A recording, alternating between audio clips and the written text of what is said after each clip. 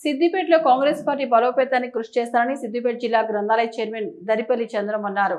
సిద్దిపేటలోని ఆయన కార్యాలయంలో ఏర్పాటు చేసిన మీడియా సమావేశంలో మాట్లాడుతూ సిద్దిపేట కాంగ్రెస్ వెనుకంజలో ఉన్నదన్న విషయాన్ని గుర్తించి పార్టీని బలోపేతం చేసే వారిలో తనకు పదవి ఇచ్చారన్నారు.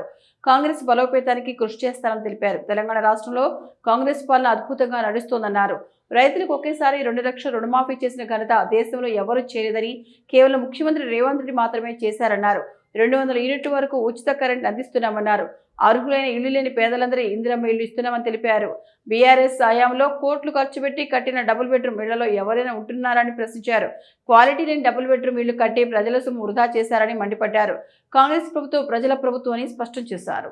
రాష్ట్రంలో సిద్దిపేట జిల్లాలో కాంగ్రెస్ పార్టీ ఎన్నికపోయిందని చాలా వరకు తెలిసిపోయింది. కాబట్టి ఇలా నమ్మకమైన వ్యక్తిగా నన్ను నియమించినందుకు ముఖ్యమంత్రికి మరొకసారి నమస్కరిస్తూ, మరి ప్రతి ఒక్క కార్యకర్త కానీ ప్రతి అందరినీ కలుపుకొని పాత వాళ్ళు కానీ కొత్త వాళ్ళు కానీ ఇంకా జైనింగ్ వాళ్ళని కూడా వెల్కమ్ చేయడానికి కూడా అన్ని విధాలా సిద్ధం చేసుకుంటూ ప్రతి ఒక్కరికి అవకాశాలు ఇచ్చుకుంటూ ప్రతి ఒక్క నామినేట్ పోస్టులను కూడా నేను డైరెక్ట్గా పోయి ముఖ్యమంత్రి పిసిసి అధ్యక్షులతో పోయి మరి అన్న ఇక్కడ కష్టపడ్డ వాళ్ళు ఉన్నారు, వాళ్ళందరికీ ఖచ్చితమైన నిర్ణయం తీసుకొని వాళ్ళకు కష్టపడే వాళ్ళకు ఫలితం ఇవ్వాలి.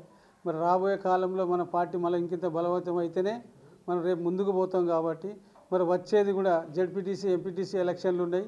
దాన్ని జిల్లా లెవెల్లో అందరిని బలవంతం చేసి దాన్ని అధికారం కూడా తీసుకొచ్చే విధాలో కష్టపడి నేను ముందుకు పోతానని చెప్పి కూడా ఆ నమ్మకంతో నన్ను పంపించినందుకు ఆ కష్టాన్ని కూడా నేను కార్యకర్తలందరికీ నమస్కారం చేసుకుంటూ కూడా చెప్తున్నా. ప్రతి ఒక్క కార్యకర్తకు మరిగా ఇవరకున్న పెద్దలు కానీ చిన్నోళ్ళు కానీ ఇలా జిల్లా అధ్యక్షురాలు కూడా ఆమె చిన్న వయసు అని కొంతమంది వెనక ముందు నారాజైనా నేను కూడా ఇక మీతో పాటు ఉన్నా. కాబట్టి ప్రతి ఒక్కరు పెద్దలు కూడా అలగకుండా వెనక నాదారు కాకుండా అందరు రావాలని చెప్పి అందరికి మనస్ఫూర్తిగా కోరుకుంటున్నా. ఈ అవకాశాన్ని కూడా అందరం వినియోగించుకొని మరి కాంగ్రెస్ పార్టీ బలవంతంగా చేసి మరి కాంగ్రెస్ పార్టీ అంటేనే ఒక పేదవాళ్లకు ప్రతి ఒక్క సంక్షేమ పథకాలు ఇవ్వాల. సన్న బియ్యం కానీ తెల్ల కార్డులు కానీ రైతు బంధు ఇవ్వాలని చెప్తున్నారు మన గౌరవ మాజీ మంత్రివర్యులు.